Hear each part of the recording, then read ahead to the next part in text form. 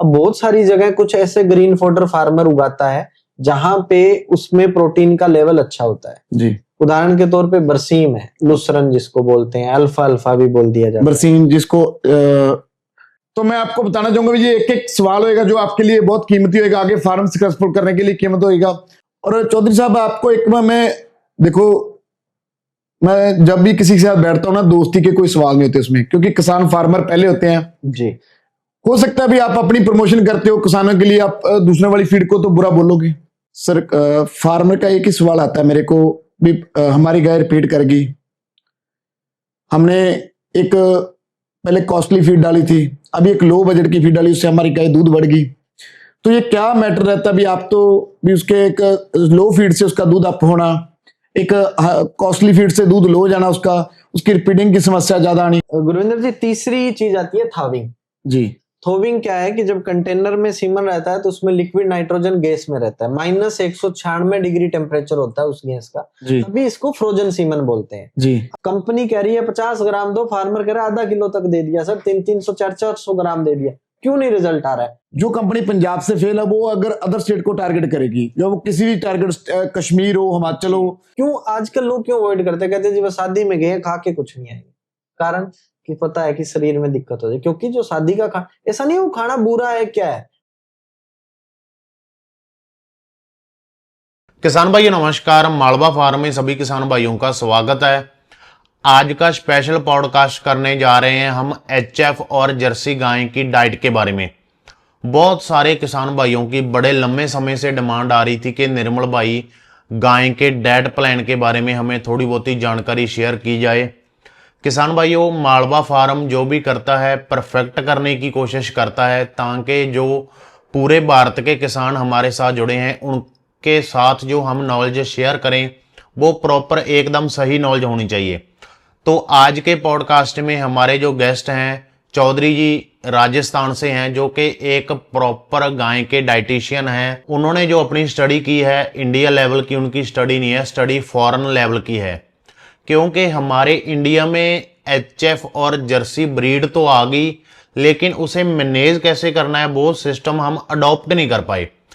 तो आज ये पॉडकास्ट आप भी पूरा देख लेना, अपने व्हाट्सएप के या फेसबुक के ग्रुपों में आगे किसान भाइयों को शेयर भी कर देना, ताकि एक जो डाइटिशियन है, एक्सपर्ट डाइटिशियन, उनकी जो नॉलेज है हर किसान हर घर में पहुंच जाए।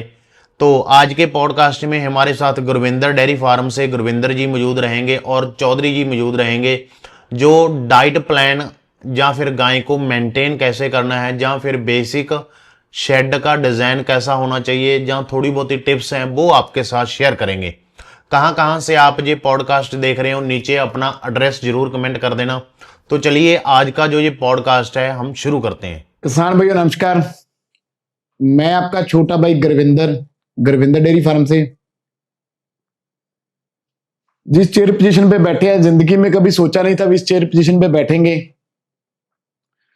और मैं बोलता हूं मेहनत करने वालों की कभी हार नहीं होती। जो ग्राउंड लेवल से उठेंगे वो एक टॉप लेवल पे जाना उसका लाजमी है, चाहे वो किसी भी बिजनेस में लगा लो।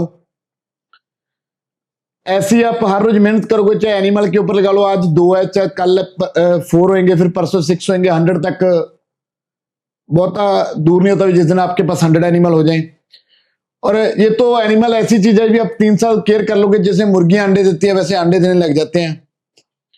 और आज का जो पॉडकास्ट रहेगा बड़े किसानों के लंबे समय से 6 मंथ से आपके 7 मंथ से 1 साल से 21 सवाल थे, गुरविंदर भाई फीडिंग के बारे में बताओ। पर हम बहुत सारे फीडिंग फार्मूले दे देते थे जो अपने फार्म में चलते थे, लेकिन एक्चुअल में फीडिंग फार्मूला क्या होता था भी गाय कितना इनटेक करती है, कितना ड्राई मैटर लेती है, कितना बॉडी वेट है, उसके ऊपर फीडिंग फार्मूला होता है। लेकिन मैं बोलता था भी जिंदगी में कभी पॉडकास्ट करेंगे तो वो अपने ऊपर नहीं करेंगे भी हमने ये यहां से उठ के यहां तक लिया। हम कभी भी पॉडकास्ट करेंगे तो उसका एक कोई वैल्यूएशन होगी, कुछ उसका कोई माध्यम होगा पॉडकास्ट करने का। तो ऐसे ही हम आपको एक गाय के रिलेटेड आज पॉडकास्ट कर रहे हैं फीडिंग के ऊपर, जो कि सबसे बड़ी समस्या आती है। अगर फीडिंग अच्छी नहीं है तो गाय रिपीटिंग करने लग जाती है, अगर फीडिंग अच्छी नहीं है तो फार्म फेल हो जाता है, अगर फीडिंग अच्छी नहीं है तो बहुत सारे फार्म के जो लोन लिया होता है वो वहीं पे रुक जाता है। मेन पॉइंट है जो फीडिंग की वैल्यूएशन का है, न्यूट्रिशन की वैल्यूएशन का है।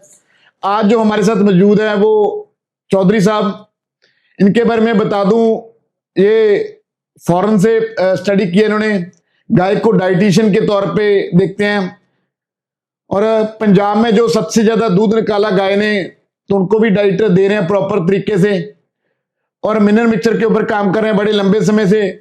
मैं आज तक किसी की तारीफ नहीं की, ना मैं कभी करूंगा, क्योंकि मेरे पास बहुत आते थे कंपनियों वाले भी, हमें तारीफ कर दो, क्योंकि मैंने हर टाइम ही किसानों के साथ में खड़ा हूं, हर टाइम ही किसानों के साथ खड़ा हूं। तो मैं पहले अपने फार्म में 1 साल पहले फॉर्मुलेशन चलाया, मेरे को मिले ये, तो मेरे फार्म में प्लस पॉइंट क्या देखा भी, मेरी गाय की रिपीटिंग की समस्या 0 होगी। दूसरा, जो मस्टैटिस की थी वो वैल्यूएशन कम होगी। तो मैंने सोचा बंदे में दम है, क्यों ना कस्टमर के सामने पेश किया जाए। तो कस्टमर का भी एक बड़ा यार रोज कमेंट आते थे, भाई फीडिंग बना दो, फीडिंग फॉर्मूला बना दो, गर्मी आ रही है। तो आपके लिए स्पेशल पॉडकास्ट है, इसको कट मत करना, क्योंकि स्किप करने की आदत होती है, हमारी भी आदत होती है भी स्किप करके वीडियो देख लें। तो मैं आपको बताना चाहूंगा ये एक एक सवाल होगा जो आपके लिए बहुत कीमती होगा, आगे फार्म सक्सेसफुल करने के लिए कीमत होगा। नमस्कार चौधरी साहब। नमस्कार गोविंदर भाई। सर अपने बारे में थोड़ा सा बता दो, और मेरे एक फार्मर की एक ही कंप्लेंट थी भी फीडिंग के बारे में बताया जाए उनको, भी फीडिंग फार्मूला दे दो, और फीडिंग फार्मूला प्रॉपर तरीके से कैसे हम उसकी डाइट तैयार करें, और मस्टैटिस की रोकथाम कैसे करें, प्रॉपर एक्सप्लेन में करना भी मेरे फार्मर को, एक जो मेरे फार्मर साथ जुड़े हुए हैं, जो नहीं भी जुड़े उनको एक समझ में आ जाए और उनका फार्म एक सक्सेसफुल की तरफ जाए। तो अपने बारे में थोड़ा सा अपना बता दो जी। बिल्कुल गुरविंदर भाई, सबसे पहले तो नमस्कार और आपको धन्यवाद, आज इस प्लेटफॉर्म पे, मालवा फार्म के प्लेटफॉर्म पे मौका दिया आपने जी आपसे और फार्मर से रूबरू होने का। जहां तक मेरी बात है, मेरा नाम राजेश चौधरी है और मैं इंडिया के अंदर डेयरी फार्म्स के लिए एज ए कंसल्टेंट काम करता हूं जी, जहां पे हम डेयरी फार्मर्स को, खासकर जो एचएफ और जर्सी के फार्म्स हैं एक्जोटिक ब्रीड के, उनको हम न्यूट्रिशन, ब्रीडिंग और काऊ कंफर्ट की कंसल्टेंसी प्रोवाइड कराते हैं जी मोटे तौर पे कहूं तो गाय को क्या खिलाना है, कितना खिलाना है और कैसे खिलाना है, जी, ये बताने का हमारा काम है।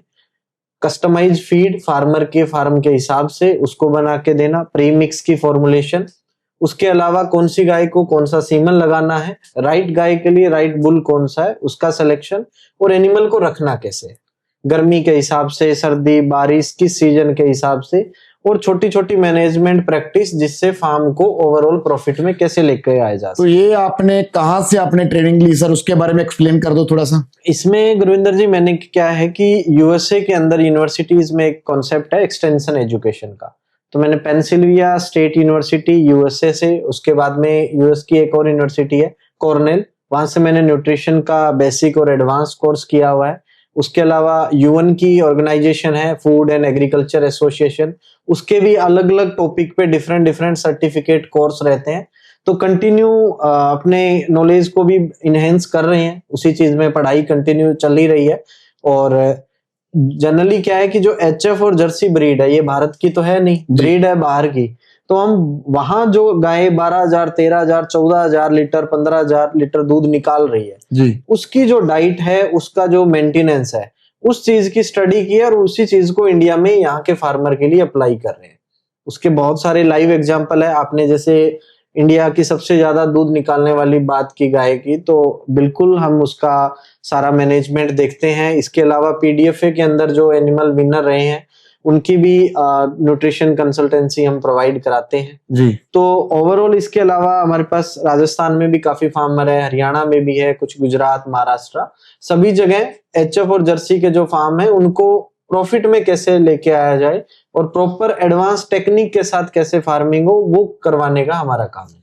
सर फार्मर का एक ही सवाल आता है मेरे को भी, हमारी गाय रिपीट कर गई, हमने एक पहले कॉस्टली फीड डाली थी, अभी एक लो बजट की फीड डाली, उससे हमारी गाय दूध बढ़ गई, तो ये क्या मैटर रहता है? भी आप तो भी उसके एक लो फीड से उसका दूध अप होना, एक कॉस्टली फीड से दूध लो जाना, उसकी रिपीटिंग की समस्या ज्यादा आनी, इसमें आप पूरा एक्सप्लेन कीजिए कितना आप इसके बारे में जानकारी दें। जी, जहां तक फीड का मसला है। अब आपने कहा कि लो फीड या हल्की कम रेट की फीड देने से एक बार दूध बढ़ गया, तो फीड के अंदर 3-4 मेन चीजें होती है। प्रोटीन है, एनर्जी है, और उसके अलावा प्रोटीन की डेप्थ में जाते हैं तो कितना प्रोटीन रूमन में डिग्रेडेबल है, कितना अनडिग्रेडेबल है, यानी बाईपास कितना हो रहा है जी। फिर एनर्जी में भी आपकी बाईपास एनर्जी कितनी है। तो जो सस्ती फीड है उनके अंदर होता क्या है कि इस तरीके के सप्लीमेंट यूज होते हैं जो एक टाइम तो दूध आपका बढ़ा देंगे जी। लेकिन एनर्जी की कमी रहेगी। एनिमल को कंटिन्यू अगर प्रोटीन और एनर्जी का बैलेंस नहीं है, एक टाइम के लिए गाय दूध निकाल देगी पर शरीर तोड़ना, बॉडी वीक होनी, बीसीएस लो होगा और उसके अंदर रिपीट ब्रीडिंग की समस्या आनी स्वाभाविक सी बात है जी। मोटे तौर पे जो फार्मर 2, 4, 10 गायों के साथ फार्म करें इंडिया में, उनके साथ सबसे बड़ी समस्या यही है कि उनकी गाय को जो सामान खाने के लिए चाहिए उसका एक तो रेशियो बैलेंस नहीं है। कितना साइलेज या ग्रीन फोडर देना है तो कौन सा देना है, किस टाइम, उसके अलावा उसमें ड्राई फोडर की मात्रा कितनी होनी चाहिए, फीड जो आप दे रहे हो उसमें प्रोटीन एनर्जी कितनी बैलेंस होनी चाहिए, एमिनो एसिड का रेशियो बैलेंस है कि नहीं है, कैल्शियम फास्फोरस बैलेंस है कि नहीं है।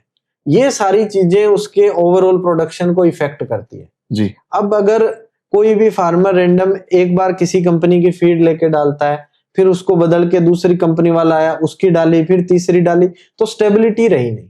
गाय एक इस तरीके की कुदरत ने दुनिया पे जीव भेजा है जो प्रैक्टिकल करने के लिए नहीं है। गाय में बहुत ही सिंपल सा कॉन्सेप्ट है, जो उसकी रिक्वायरमेंट है वो आप पूरी कर दो, आपकी रिक्वायरमेंट गाय पूरी कर देगी। तो यहाँ पे मोटे तौर पे इंडिया में जहां फार्मर के साथ मैंने देखा समस्या है कि एक तो उनका राशन बैलेंस नहीं है, वही बात कि कौन सी चीज कितना कब और कैसे खिलानी है, इस चीज की बेसिक कॉन्सेप्ट अभी फार्मर के पास है नहीं। तो ये मूल है, नींव यहीं से है, बाकी चीजें फीड हो गई, सप्लीमेंट हो गए, वो उसके ऊपर की चीज है। तो हम जहां भी फार्मर के साथ काम करते हैं सबसे पहले उसका राशन बैलेंस करके देते हैं, प्रॉपर मिक्सिंग के साथ कितनी चीज देनी है, फिर उसको फीड का फॉर्मूला बना के देते हैं। फीड का फॉर्मूला भी बहुत सारी चीजों पे वेरी करता है। जो फॉर्मूला गुरविंदर जी आपके फार्म पे चल रहा है वो हिमाचल नहीं चल सकता, वो हिमाचल नहीं चल सकता, वो राजस्थान नहीं चल सकता। रीजन गुरविंदर जी ऐसा है कि आपका जो एरिया है बठिंडा एरिया, यहाँ की एनवायरमेंटल कंडीशन अलग है जी। यहाँ पे बहुत जल्दी गर्मी आ गई, फरवरी में भी टेम्परेचर हाई था, अब इन दिनों बारिश का मौसम आ गया, एकदम से 5-7 दिन ठंडे चल रहे हैं जी। फिर गर्मी बढ़ जाएगी। दूसरा, जो गाय आपके फार्म पे है वो मेरे राजस्थान के फार्मर के यहाँ नहीं है जी। आपके यहाँ पे सारी गायें 45, 50, 55, 60, 65 लीटर तक अपने निकाल रहे हैं जी। और उनका ड्राई मैटर इनटेक अलग है, उनकी इन्वायरमेंट के हिसाब से उनकी डेज इन मिल्क ब्याए हुए कितने दिन हो गए, उनकी रिक्वायरमेंट अलग है, फिर उनकी हेल्थ के हिसाब से है। वही अगर एनिमल गंगानगर या हनुमानगढ़ राजस्थान में कहीं और बात करें, गुजरात में बात करें, तो वहां पे इन्वायरमेंट कंडीशन अलग होगी, गाय अलग होगी, दूध का प्रोडक्शन अलग होगा, लैक्टेशन का स्टेज अलग है। तो एक ही फीड सब एक फॉर्मूला सब जगह कॉपी पेस्ट नहीं हो सकता। तो हम हर एक फार्मर का उसकी जरूरत के हिसाब से, अब आप तो साइलेज खिलाते हो, कोई फार्मर ऐसा है जिसके पास साइलेज नहीं हो तो हरा चारा खिलाता है, आप वाली फीड वहां देंगे चल ही नहीं पाएगी सर। मेरा बड़े लंबे समय से चौधरी साहब ये क्वेश्चन थे, क्योंकि फार्मर जिद करते फॉर्मूला में दे देता था, कई भाइयों को क्या होता था भी दूध बढ़ जाता था, कई बार क्या होता पेट खराब हो जाता फीडिंग से। तो मैंने इसीलिए रिसर्च कर करके मैं इसलिए आपको लेके आया भी फार्मर को हम एनिमल दे देते हैं, हम बैकअप दे देते हैं, सभी कुछ बता देते हैं, लेकिन कहीं ना कहीं कोई ना कोई समस्या आ जाती है। बिल्कुल, गाय तो पेट नहीं मारेगी, आपका फार्म सक्सेसफुल होएगा। और अब मैंने ये चीजें परख ली है, परख के फिर आपके सामने पेश कर रहा हूं, क्योंकि ऐसे कॉपी पेस्ट कर रहे हैं जिन्होंने बताया भी अगर हिमाचल में मौसम अलग है, राजस्थान का मौसम अलग है, गुजरात का अलग है, एमपी का अलग है, पंजाब का अलग है। मानते हैं भी ये मौसम के अकॉर्डिंग भी फीडिंग मैटर करती है और गाय के अकॉर्डिंग भी फीडिंग मैटर करती है। और क्या फार्मर को सजेशन देना चाहोगे फार्म करने की तरीके भी क्या होनी चाहिए? और चौधरी साहब आपको एक मैं देखो, मैं जब भी किसी के साथ बैठता हूँ ना, दोस्ती के कोई सवाल नहीं होते उसमें, क्योंकि किसान फार्मर पहले होते हैं जी। हो सकता है भी आप अपनी प्रमोशन करते हो किसानों के लिए, आप दूसरे वाली फीड को तो बुरा बोलोगे? नहीं, ऐसा नहीं है गुरविंदर जी, मेरे पास बहुत सारे फार्म ऐसे हैं जहां पे ना ही तो फीड मिल है आसपास कोई भी जी, ना उस फार्मर को रॉ मटेरियल मिल रहा है जी, तो वहां किसी न किसी कंपनी की तो फीड यूज हो ही रही है जी वहां उसको हम कोशिश करते हैं कि उसी फीड के साथ एडिशनली जो भी रॉ मटेरियल वहां अवेलेबल हो रहा है हमारी रिक्वायरमेंट के हिसाब से वो उसको देते हैं सप्लीमेंट के साथ। ये नहीं है कि सब जगह, क्योंकि अब हमने फॉर्मूला दे दिया महाराष्ट्र के फार्मर को, जी वो कहीं ऐसी जगह है उसके आसपास कोई फीड फैक्ट्री है ही नहीं, जी तो वो फॉर्मूला तो बन नहीं पाएगा सर। जी जी तो ऐसा नहीं है कि हम काम नहीं करेंगे, जी हम एनी हाउ जिस भी कंडीशन में उसके पास। अब बहुत सारी जगह फार्मर क्या कहता है, मैंने तो जी 2 महीने की फीड खरीद रखी है, जी हम ये नहीं कहते कि ये 2 महीने की फीड आप हटा दो वापिस कर दो, नहीं, हम ओवरऑल मैनेज करने का काम करते हैं जो भी उसके पास उपलब्ध संसाधन है। हमारा काम ये नहीं है कि जाते ही फार्मर का खर्चा बढ़ा दो, वो काम नहीं है। पहले जो उसके पास संसाधन अवेलेबल है, अगर उसने 2 महीने की फीड रख रखी है, कोशिश करते हैं उसी के साथ उन फीड में जो भी कमी है ओवरऑल राशन में, उसको बाकी सप्लीमेंट या बाकी और कोई रॉ मटेरियल डीओसी हो गई, मक्का, जो भी उस टाइम की जरूरत है वो उसमें जोड़ कर उसको एक बैलेंस राशन करके देने का काम करते हैं। तो ऐसा नहीं होगा भी मिल्किंग 35 वो आपकी फीडिंग 40 रुपीज पर केजी पड़ती है तो फार्मर लॉस में चला जाए? नहीं गुरविंदर जी, जितना हमारा एवरेज जहां पे फार्म साइलेज फीड और टोटल सप्लीमेंट के साथ जा रहा है, हमारा 25 से 26 रुपए पर केजी पर लीटर दूध पैदा करने में आ रहा है, अगर कोई भी एनिमल 25 लीटर से ऊपर का है जी 25 लीटर के ऊपर का, 25 लीटर से ऊपर का। जितना ज्यादा दूध होगा उतना उसमें कुछ पैसे घटते जाएंगे, बढ़ना नहीं है, क्योंकि हर एक चीज की लिमिटेशन है, ड्राई मैटर इनटेक की भी लिमिटेशन है। तो और जितने हमारे साथ फार्म चल रहे हैं सब प्रॉफिट में, ऐसा नहीं है क्योंकि अगर आप 25-26 रुपए पर केजी दूध के ऊपर फीड के ऊपर खर्च कर रहे हो, 5 से 6 रुपए आप बाकी खर्चे पकड़िए जिसमें लेबर है, मेंटेनेंस है, 30-31, अगर आप 30-31-32 रुपए तक ही लेके जा रहे हैं तो आज की डेट में आमतौर पे, और हमारे साथ क्या है कि अगर जहां भी पूरा फॉर्मूला या पूरी बैलेंस राशनिंग चलती है वहां मिल्क फेट इंप्रूव होना लाजमी है, फेट बढ़ेगी आपकी फीडिंग से फैट बिल्कुल बिल्कुल बढ़ेगी, क्योंकि इंडिया में दूध का रेट फेट पे लग रहा है, बाकी तो कोई कॉन्सेप्ट है ही नहीं, प्रोटीन के बेस पे तो यहाँ कोई दूध खरीदता नहीं है, तो फेट इंप्रूव होगी, फेट इंप्रूव होगी तो उसका दूध जो ऑलरेडी 35-36 जा रहा है उसको हम 40-41 रुपए तक लेके चले जाते हैं। सर फीडिंग में बहुत सारी कंपनियों वाले बोल देते हैं इतने % ये होना चाहिए, इतने % ये होना चाहिए, हमें बोल देते हैं हमारी फीड में यूरिया नहीं है, हमें यूरिया फ्री है नहीं, उसके बारे में क्या बोलना चाहोगे कि न्यूट्रिशन की वैल्यू कितनी होनी चाहिए फीडिंग में, क्या गाय को कितना स्टेशन? हम फीड की न्यूट्रिशन वैल्यू नहीं डिसाइड करते हैं जी,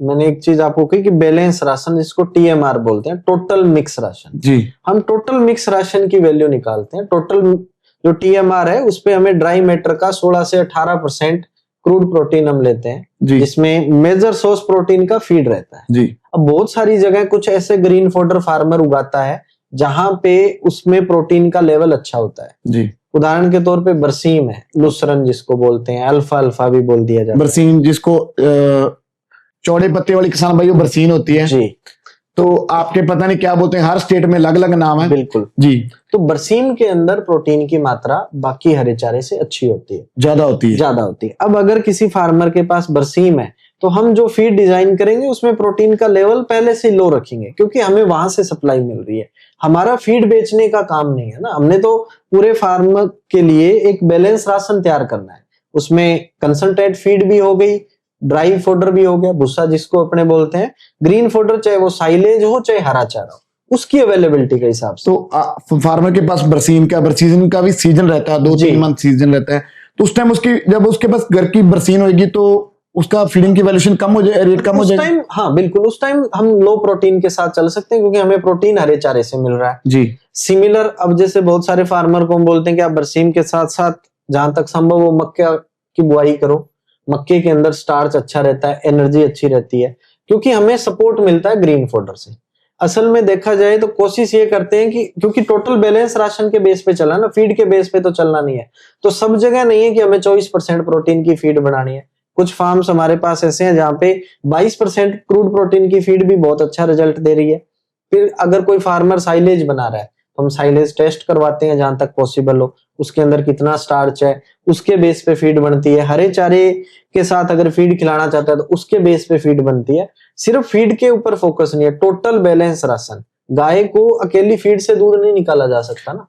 तो आपकी फीड से आप बोलते हो मेस्टाइटिस की दिक्कत वैल्यूएशन 0 हो जाती है? हाँ बिल्कुल, बिल्कुल ऐसा क्या डालते हो आप अपनी फीड में भी जीरो हो जाती है सर? सर, हम मोटे तो ये तो कंपनियों वाले भी बोलते हैं आके, पर उसके उसमें तो सर मेस्टाइटिस आ जाता है। देखो गुरविंदर जी, हम जो रॉ मटेरियल या जो हमारा राशनिंग रहती है जी। उसके अंदर 2-3 चीजें हम एक साथ चलते हैं, बैलेंस राशनिंग और फार्म मैनेजमेंट। हम फार्मर को 5-7 चीज ऐसी बताते हैं जो उसको फार्म में अप्लाई करनी है।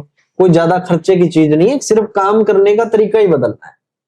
ओके अब मान के चलो हम गाड़ी चलाते हैं जी एक गाड़ी हम 80 की स्पीड पे चला रहे हैं, एक 90 की स्पीड पे चला रहे हैं, स्पीड का अंतर 10 का ही है, जी। लेकिन एवरेज में बड़ा अंतर आ जाता है। बिल्कुल। तो हम वही उसकी रोटेशन के ऊपर काम करते हैं, मैनेजमेंट प्रैक्टिस में सुधार कराते हैं और उसका राशन बैलेंस करते हैं। कोई बहुत ज्यादा हाई प्रोटीन नहीं दे रहे और तुरंत सोल्यूबल होने वाला प्रोटीन का सोर्स नहीं दे रहे, ताकि बॉडी में अमोनिया, यूरिया जिसको बोलते हैं, उसका लेवल एकदम बढ़ जाए। उसमें बहुत ज्यादा हम कोशिश ये करते हैं कि पेट के अंदर जो एसिड है वो मेंटेन लेवल पे रहे, क्योंकि मोटे तौर पे इंडिया में एनिमल को समस्या सारा की है, सब एक्यूट रूमिनल एसिडोसिस बोला जाता है, यानी वो तेजाबीपन जो दिख नहीं रहा है लेकिन है। तो वो एक टाइम के बाद में एनिमल में उसके नुकसान के इफेक्ट आपको दिखने लगेंगे, लंगड़ापन, लेमनेस जिसको बोलते हैं, उसके अलावा मेस्टाइटिस या रिपीट मेस्टाइटिस। इसके अलावा जहां पे हम फार्म विजिट करते हैं, कुछ मशीनें हमारे पास है जहां पे हम बहुत सारे टेस्ट करते हैं। वहां का पीएच है, मिट्टी का है, पानी का पीएच है, दूध को भी हम बहुत अर्ली लेवल पे उसमें सोमेटिक सेल्स को डिटेक्ट करते हैं, किस गाय में मेस्टाइटिस हो सकता है अगले 24-48-72 घंटे में। उस तरीके की मशीनरी हमारे पास है, वो फार्मर के लिए, जो फार्म हमारे साथ जुड़ा है, जहां हम विजिट करते हैं उसके लिए फ्री ऑफ कॉस्ट है, उसका कोई अलग से चार्ज हम नहीं करते हैं। अच्छा, ये प्रैक्टिस से ही हम फार्म को इंप्रूव कर रहे हैं। 24 आवर्स पहले बता दो इस गाय को हाँ, अगले 24-48-72 घंटे में अगर किसी एनिमल के कौन से थन में हो सकता है। अच्छा हाँ जी, इतनी हाई टेक्नोलॉजी आ गई। इतनी हाई टेक्नोलॉजी है। तो हम ये नहीं कह रहे कि हम अकेले फीड के ऊपर ही, फीड से ही सारी चीजें बदल जाए। एक देखो, डेयरी फार्म में ना तो आप अकेली ब्रीड से दूध निकाल सकते, ना अकेली फीड से निकाल सकते, ना अकेले मैनेजमेंट से निकाल सकते। इन तीनों चीजों का आपस में कॉम्बिनेशन है। वो कॉम्बिनेशन हम कोशिश करते हैं कि बेटर से बेटर हो। जितना अच्छा और जितना ज्यादा हम वो कॉम्बिनेशन अचीव करते हैं, हमारे रिजल्ट उतने ही अच्छे रहते हैं। हमारा गुरविंदर जी क्या, जितना भी काम है ना वो टेक्निकल है, तुक्के मारने वाला काम नहीं है कि चलो जी ये खिला दो ये ठीक हो जाएगा, या ये खिला दो ये दवाई लगा दो, क्या नहीं। हर एक चीज उस एनिमल के बॉडी वेट, उसकी दूध कितना है, अभी उसके ब्याए हुए कितने दिन हो गए, आपके यहाँ इन्वायरमेंटल कंडीशन क्या है, फर्श कैसा है, शेड कैसा है, हवा कितनी आ रही है, पानी की अवेलेबिलिटी क्या, सारी चीजों को देख के फिर चीज हम मैनेज करते हैं। आप शेड के बारे में भी बताते हो, यहाँ पे लोकेशन बनाओ, यहाँ पे नहीं बनाना। बिल्कुल बिल्कुल। वो कितने उसके डेयरी फार्म के रिलेटेड उसका कितना पॉजिटिविटी रहती है? बहुत बहुत इंपॉर्टेंस है उस चीज की। डेयरी फार्म में मैं लगभग फार्मर को एक बात कहता हूँ, कोई चीज कॉपी पेस्ट नहीं हो सकती, मोटे तौर पे करते लोग यही हैं। सर मैं तो आज तक फार्मर देखे हैं, जैसे पड़ोस वाले ने 30 एनिमल रखे ना, तो मेरे को गाय रखनी नहीं आती, लेकिन मेरे से गाय लेने आ जाते हैं। अभी उसने 100 हो गए, उसके बाद फॉर्च्यूनर है, यंग एज ब्लड ही ऐसा है सर। तो वो कॉपी पेस्ट बहुत करते हैं। नहीं, काम करना बुरा नहीं है, काम करना बुरा नहीं है, देख के काम करना बुरा नहीं है, लेकिन सारी चीज कॉपी पेस्ट नहीं हो सकती। अभी जो आपका शेड बना है नए फार्म का जी, उसकी लोकेशन अलग है। वहां से अगर हम 4-5 किले दूर या 10 किलोमीटर आगे जाते हैं तो वहां पे शेड का डिजाइन अलग रहेगा, उसकी हाइट, उसकी चौड़ाई, क्योंकि आसपास का इन्वायरमेंट क्या है। एक तो आप ये खुला ऐसा खेत है जहां आसपास कोई पेड़ पौधे ही नहीं है, अच्छा विंड फ्लो ही नहीं है, वहां शेड अलग तरीके से डिजाइन होगा। फिर ओवरऑल वहां बारिश का मौसम कैसा रहता है, टेम्परेचर, गर्मी कितनी जाती है, बारिश के सीजन में ह्यूमिडिटी कितनी रहती है, ताकि हमें क्रॉस वेंटिलेशन, हवा क्रॉस भी करानी है, वो सारी चीजों के हिसाब से हम सेट डिजाइन करके देते हैं जी। सिमिलर आपको एनिमल रखने कितने का है, मान लो आज तो फार्मर कह रहा है मैं 10 ही गाय रख रहा हूँ, इन फ्यूचर क्या प्लानिंग है। ऐसा नहीं है कि 10 गाय रखनी है तो 10 के लिए सेट बन जाएगा, कभी नहीं हो सकता ना, रोज तो मिस्त्री आप घुसाने से रहे। तो 10 का है आपका, इन फ्यूचर 20-25 का प्रोजेक्शन है, तो हम उसकी डिजाइन इसी तरीके से कर सकते हैं कि उसका एक्सटेंशन हो। मान लो आपने शेड ऐसी जगह बना लिया आज 15 एनिमल का, तो भाई मुझे तो 15 ही एनिमल रखने हैं, आपको अच्छा प्रॉफिट हुआ, कल को आपका बिजनेस एक्सपेंड करने का मन किया, सभी का करता है, सब लोग, बड़े से बड़ा बिजनेसमैन भी अपना बिजनेस बढ़ाता है, कोई नहीं कहता जी मैंने कर लिया अब मैं आगे नहीं करूंगा। तो कई बार हमने देखा है फार्मर के यहाँ जाके कि शेड इस जगह बन गया कि वो शेड आगे बढ़ ही नहीं सकता। चौधरी साहब, मैं आपसे बताना चाहूंगा, अभी हर कोई फार्मर साइड बिजनेस करना चाहता है, चाहे वो मेरे पास डीसी, बकायदा डीसी, एसडीओ, बहुत सारे आईपीएस ऑफिसर लेवल के फार्मर आए, लेकिन उनका क्या रहता है, साइड बिजनेस करना चाहते हैं पर उनको मैनेजमेंट नहीं हो पाती। मैनेजमेंट मींस उनका प्रॉपर कोई फार्म नहीं केयर कर पाता, भी उनको बताता नहीं उतनी।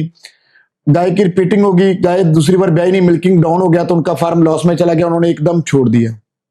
तो रिपीटिंग की समस्या भी बहुत ज्यादा है फार्म को, उसको हम कैसे रोकेंगे सर? देखो, आपने एक बड़ी अच्छी बात कही कि भाई बहुत सारे अलग अलग बड़ी नौकरियों वाले लोग, डीसी बहुत बड़ी पोस्ट है, आईएएस आईपीएस, जी, वो भी साइड बिजनेस के तौर पे डेयरी फार्म को देख रहे हैं। सर मेरे पास एग्जांपल है विजयपुर कर्नाटका की सर, बकायदा डीसी थे, बकायदा 67 एनिमल लेके गए हैं, लेकिन मैनेजमेंट के लिए बहुत कुछ करना पड़ा उनको। अब आप ये देखिए कि वो साइड बिजनेस क्यों कर रहे हैं जी। उसका एक सबसे बड़ा कारण ये है कि इंडिया के अंदर, चाहे आज है चाहे आने वाले 10 साल 20 साल 50 साल, दूध कभी भी इंडियन ब्लड से अलग नहीं होगा जी, हमारी डेली डाइट का हिस्सा है।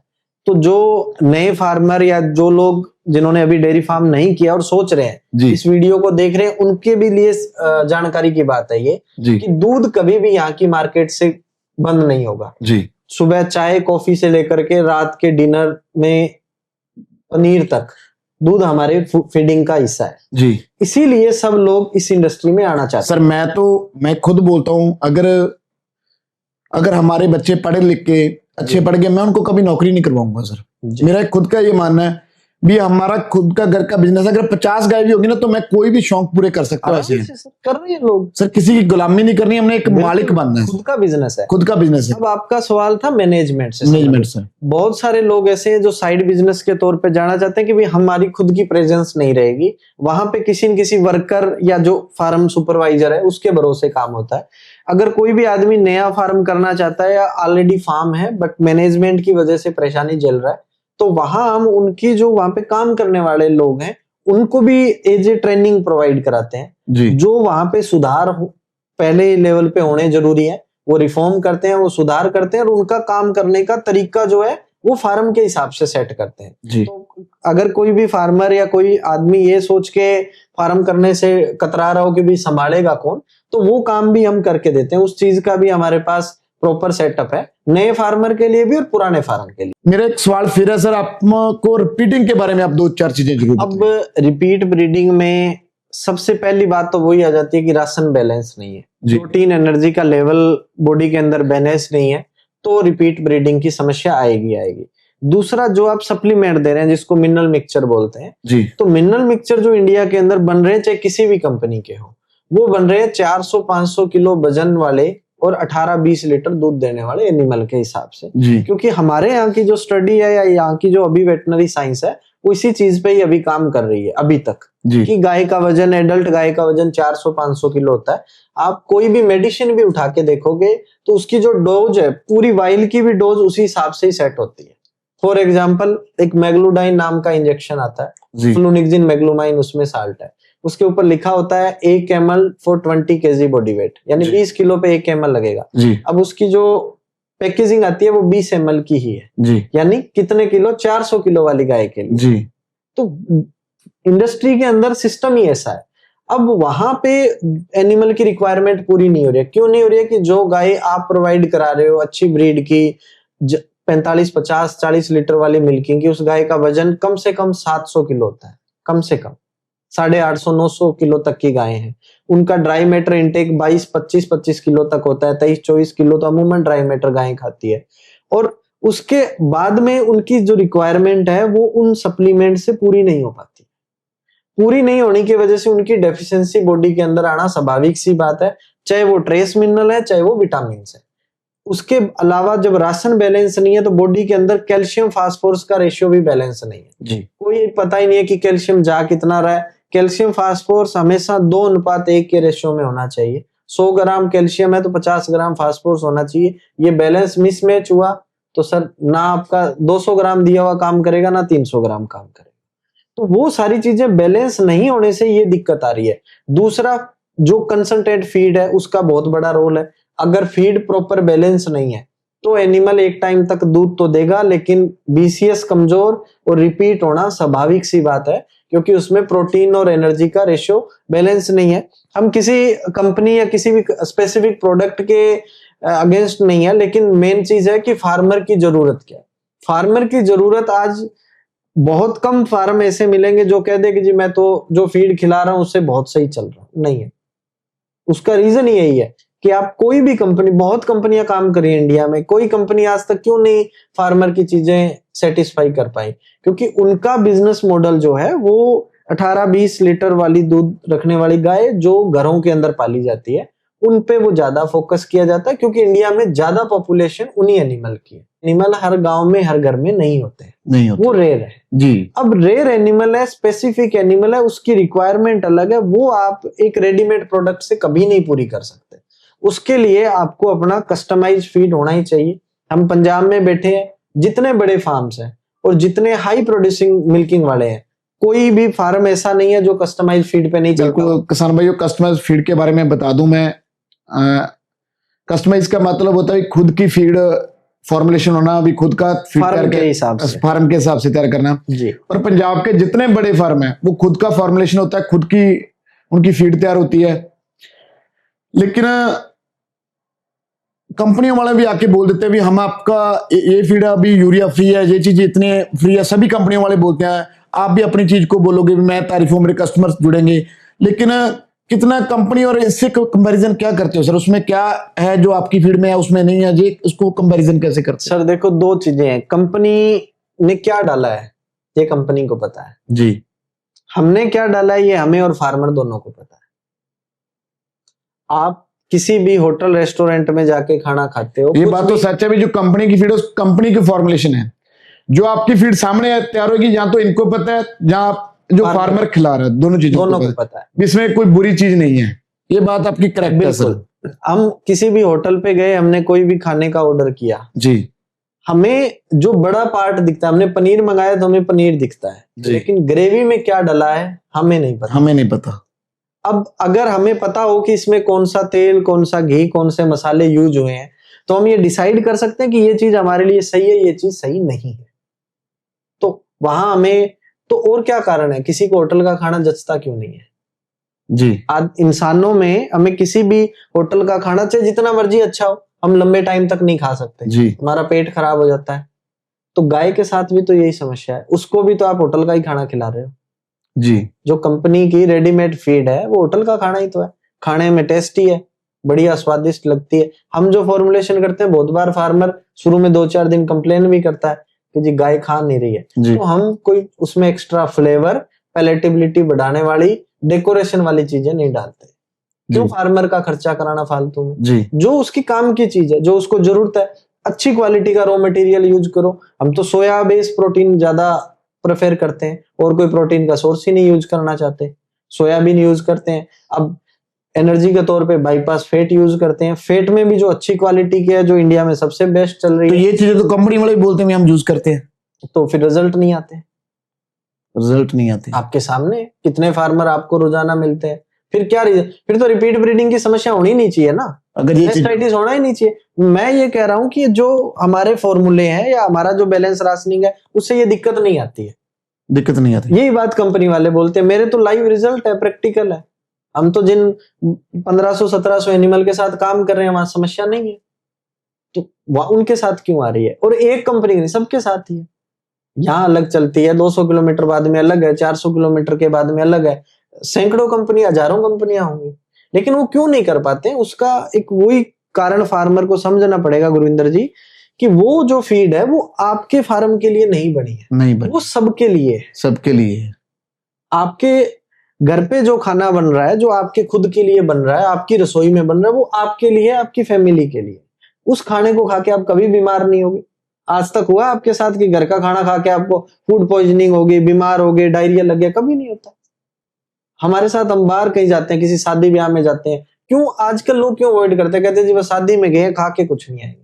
कारण कि पता है कि शरीर में दिक्कत हो जाए, क्योंकि जो शादी का खाना, ऐसा नहीं है वो खाना बुरा है क्या है, उस पे नहीं जा रहे, लेकिन वो आपके लिए स्पेसिफिक नहीं है। आपका डाइजेशन, मेरा डाइजेशन, तीसरे आदमी का डाइजेशन डिफरेंट है। वही कहानी फार्मर के साथ है। आप इंडिया में पंजाब में सबसे बड़ा डेयरी का हब है, सबसे ज्यादा दूध निकालने वाली गाय पंजाब के अंदर है जी। यहाँ फिर कस्टमाइज फीड क्यों चलती है? किस मर्जी बड़े फार्म पे चल जाइए, जितने बड़े फार्म से लोगों ने अपने फीड मिल लगा रखी है, छोटा बड़ा प्लांट बहुत सारे फार्मरों ने अपना खुद का लगा रखा है। Right sir, right. खुद रॉ मटेरियल खरीदते हैं, खुद सप्लीमेंट, खुद का प्रीमिक्स बनवाते हैं, तो वो क्यों कर रहे हैं? हाँ, फॉर्मुलेशन के लिए वो किसी न किसी न्यूट्रिशनिस्ट, डाइटिशियन की हेल्प लेते हैं, लेकिन चीजें बनती उनकी खुद की रसोई में। अगर ऐसा हो कि भाई जरूरत ही नहीं है ऐसी चीज की, तो कौन इतना मत्था मारे 8-10 लाख 15 लाख मशीनरी पे लगाए, इतना रॉ मटेरियल खरीदना, सीधा फोन मारो जी गाड़ी भेज दो, आ गई, उतरी, बात खत्म। और जो कंपनियों की फीड है वो तो हो सकता है जिस डीलर से आप खरीद रहे हो आपको उधार पे भी दे दे, अगर आप अपनी फीड बना रहे हो तो रॉ मटेरियल उधार पे नहीं मिलता है जी। तो क्यों इतनी रिस्क लेगा? हम यहाँ से बाहर चले जाते हैं, आप यूएस देखिए, यूरोप देखिए, कौन सा फार्म है वहां पे? वहां तो कॉन्सेप्ट ही नहीं है कंसंट्रेट फीड का, सारा टीएमआर फार्म के अंदर बनता है। हम क्यों नहीं, हमारे साथ समस्या क्या है? ब्रीड आ गई हमारे पास जी। ब्रीड तो आपने फार्मर को 50 लीटर वाली गाय दे दी जी बिल्कुल। अब मैं मैनेज कर रहा हूं उसको अपने घर पे जो 18, 20, 15 लीटर वाली क्रॉस ब्रीड गाय उसके हिसाब से, तो आपका क्या दोष है? मैं आपको फोन करके कहूँ गुरविंदर जी गाय अच्छी नहीं दी, क्या फायदा उस चीज का? बाहर देश में भी आप देखेंगे जिस मर्जी कंट्रीज में, वहां उस फार्म के हिसाब से टीएमआर बनता है जी, जिसमें साइलेज, फीड, पूरा कॉन्सेप्ट सब रहता है। खिलाना तो वही है, जो वो खिलाते हैं चीजें वही है, लेकिन वहां फार्म के हिसाब से बैलेंस होती है। वहां पे नहीं, ये बेग का कॉन्सेप्ट नहीं है, बैग का कंसेप्ट नहीं है सर, बेग का कॉन्सेप्ट नहीं, ये अपने यही है। और इंडिया बहुत बड़ा देश है, एक बार कोई चीज ट्रेंड चल जाता है तो चल ही जाता है। सर मैं देखिए, आप बेसिकली बात करूं तो जो 50 जिसके पास एनिमल है ना, वो भी अपनी कस्टमाइज फीड डालता है फार्म पंजाब में। तो सर पंजाब 10-15 वाले भी डालने लग गए सर। आजकल पंजाब में जो बैगों वाली फीड है अवॉइड कर रहे हैं।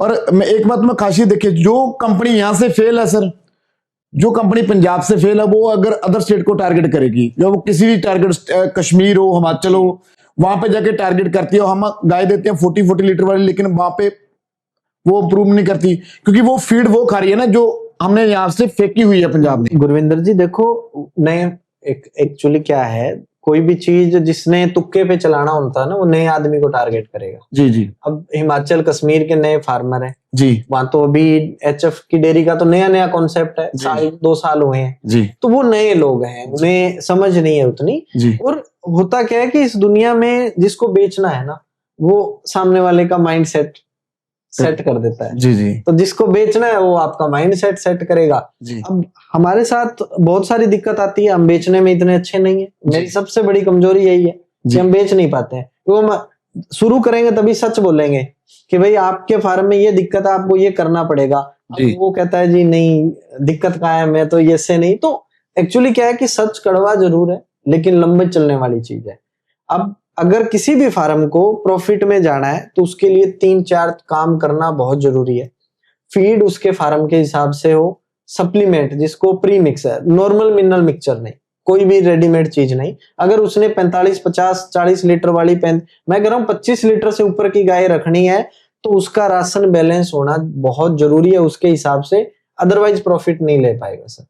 प्री मिनरल मिक्सचर के बारे में आप थोड़ा सा एक्सप्लेन में बताओ, जो फार्मर को नहीं पता सर। देखो प्री मिक्स वो है कि जिसके अंदर एक तो जो ज्यादा दूध देने वाले एनिमल है, एचएफ जर्सी, उनकी रिक्वायरमेंट के हिसाब से विटामिन मिनरल्स होते हैं। जी। देखो विटामिन मिनरल ऊपर लिखने से नहीं होता, बहुत सारी चीजें, क्योंकि प्री मिक्स का तो हमारा खुद का मैन्युफैक्चरिंग है, हम भी रॉ मटेरियल खरीदते हैं तो देखते हैं।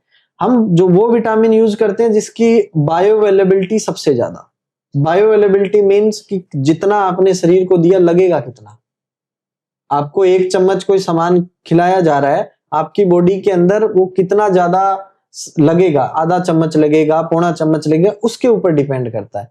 तो जो सस्ते रॉ मटेरियल हैं, सस्ते विटामिन हैं, उनकी बायोअवेलेबिलिटी बॉडी के अंदर बहुत कम होती है। कहने को तो आपने 1 लाख आयु पर डे का दे दिया, शरीर को लगी 40,000 रहा है, तो आप 40% ही पूर्ति कर रहे हो और उससे उम्मीद कर रहे हो कि आपका 100% काम हो जाए। तो प्री मिक्स जो अच्छा प्री मिक्स है उसके अंदर अच्छी बायोअवेलेबिलिटी के विटामिन और ऑर्गेनिक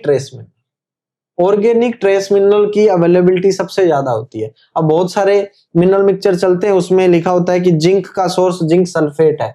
अब जिंक सल्फेट में पहले तो जिंक की 33% है, ऊपर से इनऑर्गेनिक है, उसकी 60-70% ही अवेलेबिलिटी है। तो आपके ये देख के मान के चलो भी 100 ग्राम दिया तो 20 ग्राम ही लग रहा है, वहां फार्मर मार खा रहा है। अदरवाइज आप देखो कि अगर रेडीमेड फीड और रेडीमेड मिनरल मिक्सचर दा बेस्ट है तो फिर फार्मर परेशान क्यों है? जी खिला तो रहा है, ऐसा नहीं है कि लोग पैसे नहीं खर्च कर रहे। अब नया फार्मर कोई बात करता है वो इतनी फोटो में भेज देता है, ये भी खिला दिया जी, ये पाउडर दे दिया, कंपनी कह रही है 50 ग्राम दो, फार्मर कह रहा है आधा किलो तक दे दिया सर, 300 400 ग्राम दे दिया, क्यों नहीं रिजल्ट आ रहा है? पर आप मेरा मोटिवेट क्या है फीडिंग के मामले में भी, आप कस्टमाइज फीड तैयार करवाओ, रिपीटिंग की समस्या बंद होगी, टाइम पीरियड से आपकी गाय डिलीवरी होगी, आपका डेयरी फार्म लॉस में नहीं जाएगा। बिल्कुल, ये नहीं है कि भाई हम अगर पॉडकास्ट में बात कर रहे हैं तो जिसको देखने वाले के लिए सिर्फ हम ही है जी, बहुत लोग हैं हमसे बहुत अच्छा काम कर रहे हैं, क्योंकि मैं तो ये मानता हूं कि हम तो बहुत ही निचले स्तर पे हैं जी। लेकिन ये चीज आपने बहुत अच्छी बोली कि किसी भी फार्म को अगर प्रॉफिट में चाहिए तो फीड फोडर सप्लीमेंट उसके फार्म के हिसाब से होने चाहिए, ना कि किसी बनाने वाली कंपनी के हिसाब से। जिस कंपनी ने बनाया उसने प्रोडक्ट अपने हिसाब से बनाया, खिलाना आपने अपनी गाय को है तो आप अपने हिसाब से डिजाइन कराइए। जब तक चीजें प्रोडक्ट आपके कस्टमाइज नहीं होंगे तब तक रिजल्ट आना पॉसिबल है ही नहीं सर आगे उस किसानों को बेसिकली नॉलेज, जैसे थ्रेला पॉजिटिव होना, बहुत सारे फार्मर के थ्रेला पॉजिटिव आ जाता है, जानकारी नहीं होती, तो उसके बारे में आप थोड़ा सा बताइए। देखो 2-3 चीजें हैं मैस्टाइटिस को। पहली बात तो वही, सबसे पहले राशन बैलेंस करना बहुत जरूरी है, फार्म के अंदर साफ सफाई होना बहुत जरूरी है। ज्यादा अगर कीचड़ रहता है, बहुत ज्यादा साफ सफाई नहीं है, इन्फेक्शन अगर कहें तो ज्यादा है, तो मैस्टाइटिस होना है। एक प्रोडक्ट आता है पोस्ट डिप के नाम से जी, एक डिप सॉल्यूशन है, बहुत सारी कंपनियां बनाती है। दूध निकालने के बाद में उसको लगाना बहुत जरूरी है। वो क्यों लगाना जरूरी है सर? मैं तो ऑलरेडी फार्मर को बता चुका हूँ, लेकिन आपके से सुनना चाहता हूँ। देखो जब भी हम गाय का दूध निकालते हैं तो गुरविंदर जी, दूध जब निकालते हैं तो जो थन के अंदर छेद होता है जिससे दूध आता है वो नॉर्मली बंद रहता है, केराटिन का बना हुआ प्लग होता है वो, तो वो नॉर्मली बंद रहता है। जब ऑक्सीटोसिन हार्मोन रिलीज होता है, दूध का प्रेशर पड़ता है, तो वो प्लग टूटता है और हम दूध निकालते हैं। हमारी मिल्किंग कंप्लीट हो गई, हमने गाय को वापस जाने दिया अपने बर्न के अंदर। अब वो जो प्लग है उसको कुदरत ने इस तरीके से डिजाइन किया कि वापस उसको बंद होने में 45 से 50 मिनट लगते हैं एक हेल्दी एनिमल में। अगर उस गाय के अंदर विटामिन मिनरल की कमी है, डेफिशिएंसी है, हो सकता है 1.5 घंटा लग जाए। तो वो सबसे सुटेबल टाइम है किसी भी बैक्टीरिया के लिए टीट के थ्रू इंटर करने के लिए। अदरवाइज बैक्टीरिया बॉडी के अंदर रहते ही हैं जो लो इम्यूनिटी के केस में ग्रोथ करके मैस्टाइटिस पैदा कर देते हैं। लेकिन जो केस हम कहते हैं ना कि गाय का सुबह दूध निकाला तब ठीक थी, दोपहर में या शाम को देखा तो अडर सूज के लाल हो रखा है, एकदम मैस्टाइटिस हो गया, वो वही है, उससे बचना है। तो पोस्ट डिप कोई ज्यादा खर्चा नहीं है, एक गाय का हर रोज का 2-3 रुपए का भी खर्चा नहीं आएगा जी। राइट। अब पोस्ट डिप सुबह शाम मिल्किंग के बाद में जरूर लगाओ। वो डिप क्या है कि पूरे टीट को सील कर देती है, कोई भी बैक्टीरिया अंदर इंटर नहीं होगा तब तक। मैं घंटे 1.5 घंटे में वो जो प्लग है वो दोबारा रीजनरेट हो जाएगा। यही इसके पीछे साइंस और मैकेनिज्म है। पोस्ट डिप जो भाई मैं आपको एक्सप्लेन कर दूं, जो हम थन के बाद जो मेडिसिन लगाते हैं दूध निकालने के बाद, उनको ये पोस्ट डिप बोलते हैं। जी जी जी। तो आप, मैं बड़े लंबे समय से बोल रहा हूँ भी 1-2-3 रुपए का खर्चा, उसको यूज करोगे मैस्टाइटिस की दिक्कत आपकी आधी रह जाएगी। लेकिन हम फार्म चलाना तो मैनेजमेंट हमारी बहुत जरूरी होनी चाहिए। मैनेजमेंट के ऊपर फार्म चलता है, मैनेजमेंट के ऊपर मान के चलो अगर आपकी गाय को पोस्ट डिप नहीं करोगे, एक बार मैस्टाइटिस आ गया, गाय तो मिल्किंग पे पीछे जाएगी, प्लस उस पर 3-4 हजार रुपए का खर्चा भी एक्स्ट्रा आ जाएगा आराम से। तो अगर आप 2-3 रुपए की चीज लग रहे हो सकता है आपकी, मैं बोलते नहीं पोस्ट डिप प्रॉपर आपको मैस्टाइटिस से रोकेगी, लेकिन आपको कहीं ना कहीं वो 30% मैस्टाइटिस वो रोकती है सर, मैं ऐसा मानता हूँ। जी ऐसा है कि वही बात आ गई, एक चीज से कोई चीज हल नहीं होनी है। आपने राशन बैलेंस किया, आपके एनिमल को एसिडोसिस नहीं है, सारा नहीं है, पीएच प्रॉपर मेंटेन है, तो वहां सपोर्ट मिलेगी। उसके अलावा आपके यहाँ पे डिप यूज हो रही है, साफ सफाई अच्छी है, आप जो milking machine milking equipment use कर रहे हैं उनकी क्लीनिंग अच्छी है, तो जाहिर सी बात है मैस्टाइटिस होगा ही नहीं। एक चीज से नहीं, वही हम फार्मर को सपोर्ट करते हैं ना, हम सिर्फ फीड फॉर्मूला नहीं देते हैं, ओवरऑल फार्म के अंदर जिन जिन चीजों के अंदर सुधार हो सकता है और जिससे कम खर्चे के अंदर, कम से कम खर्चे में फार्म को कैसे प्रॉफिट पे लेके आए जाए, उस चीज पे काम करते हैं। चाहे वो मैस्टाइटिस की बीमारी हो, आपने पीछे पूछा रिपीट की दिक्कत, फीड की वजह से या राशन बैलेंस नहीं होने की वजह से रिपीट हो रही है। अगर मिनरल मिक्सचर प्रॉपर नहीं है, मिनरल विटामिन की डेफिशिएंसी है, तो भी रिपीट हो रही है। इसके अलावा भी बहुत सारे कारण है रिपीट होने के। लगभग इंडिया के अंदर कॉन्सेप्ट है, जब भी गाय हीट में आती है तो हम किसी डॉक्टर को, एआई वर्कर को बुलाते हैं, वो आता है, सीमन लोड करते हैं और एआई करते हैं। एआई बहुत ही इंपॉर्टेंट पार्ट है जिसको लोग बहुत हल्के में लेते हैं। जब भी हम सीमन कंटेनर के अंदर रखते हैं, मैंने देखा है लगभग कोई भी एआई वर्कर, प्रैक्टिशनर उसको हाथ से ही निकालता है। राइट सर, ये तो ऑब्वियसली बात है, आज के टाइम में यही हो रहा है। हाथ से कभी नहीं निकालना चाहिए। एक इंस्ट्रूमेंट आता है फोरसेप के नाम से, कोई ज्यादा महंगा नहीं है, 100-200 रुपए का सामान है और जिंदगी भर कुछ नहीं बिगड़ता उसका। कभी अगर आप एक बार एक सीमन को हाथ से निकालते हैं एक बार, तो उसकी जो कंसेप्शन रेशियो 5 से 8% गिरता है। आपने अगर आप तक वो सीमन या आपकी गाय तक सीमन लगने से पहले 10 बार उसके हाथ टच हो चुका है, तो 50 से 60% कंसेप्शन आपका पहले ही चला गया। किसान भाइयों, ये पॉइंट नोट करने वाले हैं। और मैं बता दूं भी, ऐसा पॉडकास्ट बाद में बहुत चल जाएंगे, लेकिन ये पहला होगा जो गुरविंदर आपके सामने लेके आए हैं। अगर आप सीमन को जितने बार हाथ लाओगे ना, उतने बार उसकी जो रहने की पॉजिटिविटी है वो कम, अपनी जो कंसीविंग पावर है वो कम हो जाएगी। बिल्कुल। दूसरा कारण ये है कि एआई गन जी। अब जो एआई वर्कर फील्ड के अंदर काम कर रहा है, वो जो एआई गन यूज कर रहा है, वो एआई गन आपके पशुओं में यूज हुई है, वो मेरे में भी यूज हुई है। मैं दावे के साथ कहता हूं बहुत ही कम गिने चुने ऐसे प्रैक्टिशनर होंगे जिसने एक जगह एआई करने के बाद में उसको सैनिटाइज किया। कोई सैनिटाइज नहीं करता, कोई स्टेरिलाइज नहीं करता, वो गन उसके वहां यूज हुई, उसी को चढ़ा के आपके यहाँ कर दी। ये चीजें नोट करने वाली है, ये चीजें सीखने वाली, आपको डेयरी फार्म के रिलेटेड आगे लेके जाएगी। मैं बोलता हूँ नॉलेज जितनी इकट्ठी कर लोगे उतनी काम आएगी। डेयरी फार्म का कोई एंड नहीं है। गुरविंदर जी, तीसरी चीज आती है थाविंग। जी। थोविंग क्या है कि जब कंटेनर में सीमन रहता है तो उसमें लिक्विड नाइट्रोजन गैस में रहता है, -196 डिग्री टेम्परेचर होता है उस गैस का, तभी इसको फ्रोजन सीमन बोलते हैं। जी। अब उस फ्रोजन सीमन को गाय के अंदर डालने से पहले जब आपने एक्टिवेट करना है जी, तो 35 से 37 डिग्री के टेम्परेचर पे कम से कम 10 सेकेंड आपको पानी के अंदर रखना है। ओके। तो पानी का टेम्परेचर 35 से 37 के बीच में ही होना चाहिए। ओके। उसके 2 इंस्ट्रूमेंट आते हैं जिससे आप चेक कर सकते हैं। एक थाविंग कार्ड बोलते हैं, नॉर्मल 250-300 रुपए का आता है जी, लाइफ टाइम चलता है, उसका कुछ खराब नहीं होता। अगर और ज्यादा टेक्निक में जाते हैं तो 9-10 हजार रुपए की थाविंग मशीन भी आती है, बहुत सारे अच्छे बड़े फार्म्स यूज भी कर रहे हैं। अब लेकिन होता क्या है, मोटे तौर पे आपके यहाँ गाय हीट में आई, डॉक्टर को आपने बुलाया, वो आया, उसने सीमन निकाला हाथ से, ये कप है, बोलता है जी गर्म पानी ले आओ। अब गर्म पानी का क्या पैमाना है सर, कितना गर्म है, 30 है, 40 है, 50 डिग्री है, उसने डाला, अंगुली से ऐसे हाथ करता है, अंगुली में कौन सा थर्मामीटर लगा है। अगर हम सर्दी के टाइम अंगुली डाल रहे हैं तो हो सकता है हम 25-26 डिग्री के पानी को ही अच्छा फील करें क्योंकि हमारा हाथ ठंडा है, डिपेंड करता है ना टेम्परेचर पे जी। तो वो उसी से टच कर रहे हैं। तो 200-250 रुपए का ही प्रोडक्ट नहीं यूज कर रहे हैं, तो आप सोचो कि आपकी कहाँ जेनेटिक्स जाएगी और कहाँ ब्रीडिंग जाएगी। तो किसी भी फार्म के लिए, चाहे उसके पास 5 गायें ही हो, 2 गायें ही हो, एआई गन खुद की होनी चाहिए। जितने भी फार्मर देख रहे हैं नोट कर लें इस चीज को, एआई गन खुद की होनी चाहिए, सीट ग्लव्स खुद के हो, थाविंग कार्ड खुद का हो। कंटेनर और सीमन अपना अगर उपलब्ध नहीं करा सकते हैं तो एटलीस्ट ये 4-5 चीजें खुद की रखें।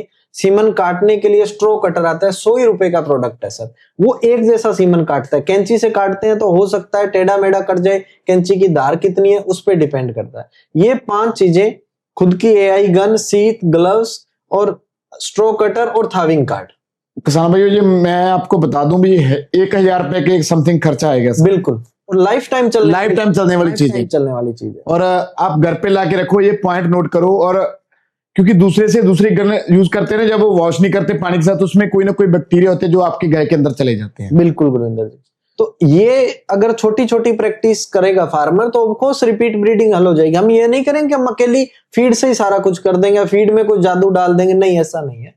हम ओवरऑल फार्म मैनेज करते हैं ताकि उसकी प्रॉफिटेबिलिटी निकल के आए, बीमारियां कम हो और रिपीट ब्रीडिंग की समस्या हल हो। उसका साल में एक बार बच्चा आना जरूरी है। हम तो 80 से 90 मैक्सिमम 100 दिन में गाय को कंसेप्शन का लेके चलते हैं ताकि पूरे 300 से 310 दिन, 305 दिन पूरा ब्यांत का दूध निकाले और अगले साल गाय फिर बच्चा दे। तो आप छोटे छोटे टिप्स बता दीजिए फार्मर को, उसके बाद पॉडकास्ट के एंड करेंगे। और मैं मेरे फार्मर से एक ही चीज मानता हूं, नीचे कमेंट करो भी अगला पॉडकास्ट किस चीजों, किस बीमारियों के बारे में करें। वो आपने स्टेशन देना है। तो अभी तो चौधरी साहब अपने अच्छे फ्रेंड बन गए 1 साल से पिछले से, तो अपने पास आते रहते हैं, नजदीकी के हैं, तो हम इनको कभी भी बुला के आपकी बोरिंग का स्टेशन कर देंगे, क्योंकि मेरे को पता भी किसानों का, फार्मर का फायदा हो रहा है, तो हम इनको बुला सकते हैं। तो आप छोटा छोटा यही है कि मोटे तौर पे पूरे इंडिया में गर्मी का सीजन शुरू हो रहा है, 2 महीने के बाद में बारिश का सीजन आ जाएगा, ह्यूमिडिटी बहुत ज्यादा हो जाएगी, तो एनिमल के अंदर पेंटिंग, सांस लेने में दिक्कत, मुंह से लार गिरना, उसकी वजह से मेस्टाइटिस हो गया, दूध कम होना, ये सारी चीजों की समस्या आएगी। जैसे ही गर्मी शुरू होती है उसके कई चीजों के समाधान, एक तो किसी भी फार्म में टिक्स नहीं होने चाहिए जी, चिंचड़, रई, जून जिसको बोलते हैं, टिक्स कभी नहीं होने चाहिए।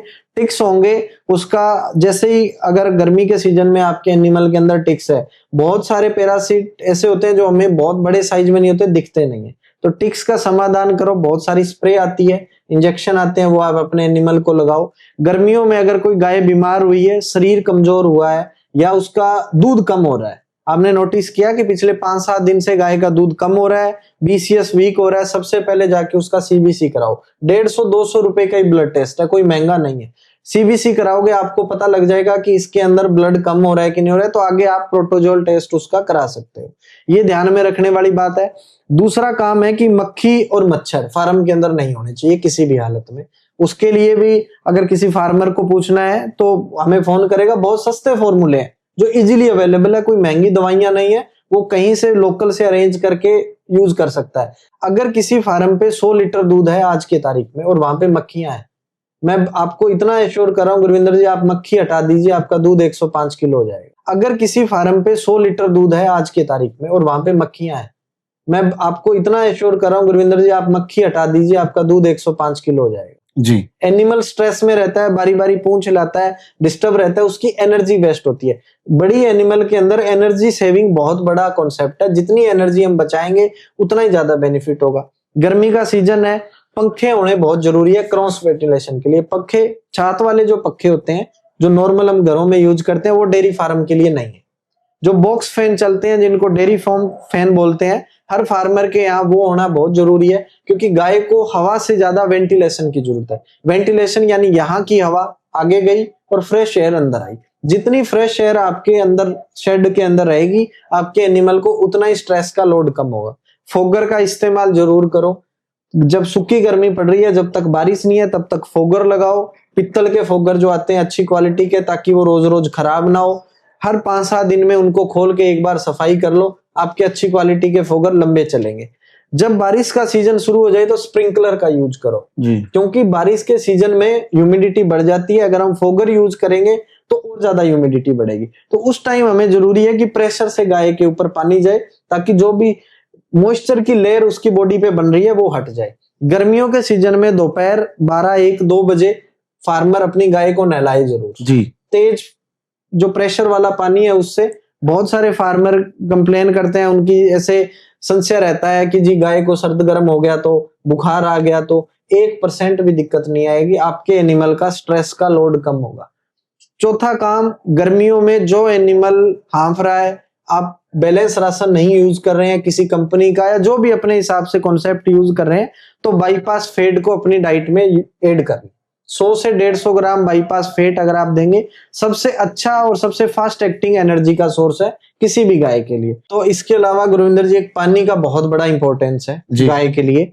नॉर्मली हम देखते हैं कि फार्म्स में या जहाँ पे कम एनिमल रख रहे हैं, 5-6 एनिमल रख रहे हैं, तो वो दिन में 1 या 2 बार एनिमल को पानी पिलाते हैं जी। ऐसा कभी नहीं होना चाहिए जी। पानी की बहुत ज्यादा, सबसे ज्यादा एनिमल को 2 चीजों की जरूरत होती है, साफ हवा और साफ पानी जी। तो पानी की अवेलेबिलिटी फार्मर 24 घंटे करे, चाहे गर्मी का सीजन हो, सर्दी का सीजन हो। और गर्मी में तो लाजमी हो कि एनी टाइम उसको पीने वाला पानी, टेम्परेचर बहुत ज्यादा गर्म ना हो, जिस पानी को फार्मर खुद पी सकता है उस टेम्परेचर का पानी हो, और जितना साफ पानी हम अपने लिए पीना चाहते हैं उतना साफ पानी गाय के लिए हो। 24 घंटे अगर आप पानी की अवेलेबिलिटी रखते हो अपने शेड के अंदर, तो भी आपके यहाँ स्ट्रेस का लोड कम होगा। उसके अलावा काला नमक नॉर्मली बड़े बड़े रोक साइज में मिलता है, तो आप एनी टाइम फीडिंग के अंदर लगा के रखें। एक चीज, फीडिंग लाइन के अंदर जहां आप फीडिंग डालते हैं वहां पे एनी टाइम उसको रख के रखें, एनिमल लीक करता रहेगा। और पानी के साथ ये है कि पानी आपका पीएच उसका ज्यादा नहीं होना चाहिए, टीडीएस चेक करा लो, आजकल छोटे छोटे मीटर आते हैं, घर पे भी चेक हो सकता है। वो ज्यादा ना हो, पानी साफ हो, पानी ऐसा हो जिसको फार्मर खुद पीस के, अगर किसी भी शेड के अंदर पानी का जो चैम्बर बना हुआ है, वाटर ट्रफ बना हुआ है, उसमें पानी अगर फार्मर नहीं पी सकता तो उसकी गाय भी नहीं पी सकती, वो पानी उस गाय को मत पिलाओ जी। अगर किसी ने अपने सीमेंटेड चैम्बर बना रखे हैं, तो बहुत सारी हम जगह जाके देखते हैं कि उन्होंने सिर्फ सीमेंट का चैम्बर बना रखा है, अंदर कुछ नहीं है। अगर और ज्यादा उसको अच्छी सर्विस या अच्छा मैनेजमेंट फार्म को प्रोवाइड कराना है, उसी चैम्बर के अंदर नॉर्मल टाइल है, किसी टाइल की दुकान से जो ब्रेकेज वाली टाइलें हैं जो टूट गई है, वो लाके आप लगा लो, उससे सफाई करने में बहुत इजी होगी, पानी आपका साफ रहेगा। तो पानी का बहुत बड़ा तो इंपॉर्टेंट। पानी में कई में सोरा होता है सर, कई में एनिमल को खोर, पानी का कितना मतलब है? अगर पानी में पीएच लेवल ज्यादा तो एनिमल के ऊपर बिल्कुल बिल्कुल बिल्कुल दिक्कत करेगा, ज्यादा पीएच और ज्यादा टीडीएस का पानी। टीडीएस, हाँ, जो हार्ड वाटर जिसको बोल देते हैं, आपने सोरा बोला, जी जी, उसको टेक्निकली साइंटिफिकली टीडीएस बोलते हैं। तो ज्यादा टीडीएस यानी वो पानी जो फार्मर खुद पीना चाहता है, वही पानी गाय के लिए होना चाहिए जी। अब आप देख लो कि अगर आप खुद हाई टीडीएस हाई पीएच पीना चाहते हो, गंदा पानी पीना चाहते हो जिसके अंदर डस्ट है, मिट्टी है, बदबू आ रही है, काई जमी हुई है, तो वो ही पानी आप अपनी गाय को पिलाओगे। अगर आप अपने लिए अच्छा पानी चाहते हैं तो अच्छा पानी गाय के लिए पिलाओ। तो ये 5-6 चीजें अगर फार्मर करता है तो गर्मियों के सीजन में उसका मिल्क प्रोडक्शन कम नहीं होगा, बीमारियां कम होगी और नुकसान नहीं होगा उसको। तो सभी भाइयों का स्पेशल थैंक्स करता हूं, और पॉडकास्ट आपको कैसा लगा नीचे कमेंट करके बताना, और आप नीचे कमेंट जरूर करो भी नेक्स्ट पॉडकास्ट हम किस पे करें। और हिमाचल वाले भाइयों को बोलना चाहूंगा मैं, बहुत जल्दी हिमाचल का टूर हो रहा है चौधरी साहब के साथ में, तो जो भी भाई अपने फार्म में विजिट करवाना चाहता है तो जो स्क्रीन पे नंबर दे रहे हैं उन पे कॉल कर लो, हम आपकी विजिट करेंगे। हिमाचल के टूर कर रहे हैं अभी, तो उस टूर में आपको बताएंगे, स्टेशन बताएंगे, आपके घर पे विजिट करेंगे सर, क्या आपने माइनस पॉइंट रखा, क्या प्लस पॉइंट, उसके बारे में बताएंगे। ये चीजें आपको डेयरी फार्म पे आगे लेके जाएगी। और हिमाचल वाले को भाइयों को बोलना चाहूंगा भी आप वो टूर की डेट बाद में अनाउंस करेंगे, लेकिन आपको मैं बता दिया भी हिमाचल में टूर कर रहे हैं। तो आप जो भी भाई विजिट कराना चाहता है, हमारे पास एक डाइटिशियन यूएसए से पढ़े लिखे डाइटिशियन साथ में होंगे, तो आपको वहां पे विजिट करके जाएंगे सर। और सभी भाइयों का स्पेशल थैंक्स करता हूं क्योंकि आप मेरे लिए इतना प्यार दे रहे हो। गर्मियों में भी मैं फ्री नहीं हूं, फार्मर आए बैठे हैं, तो मैं आपके लिए ऐसी ऐसी चीजें लाके रख रहा हूं भी आपको जो डेयरी फार्म को आगे लेके जाएगी। और सभी भाइयों को स्पेशल थैंक्स करता हूं। धन्यवाद सर। Thank you ji.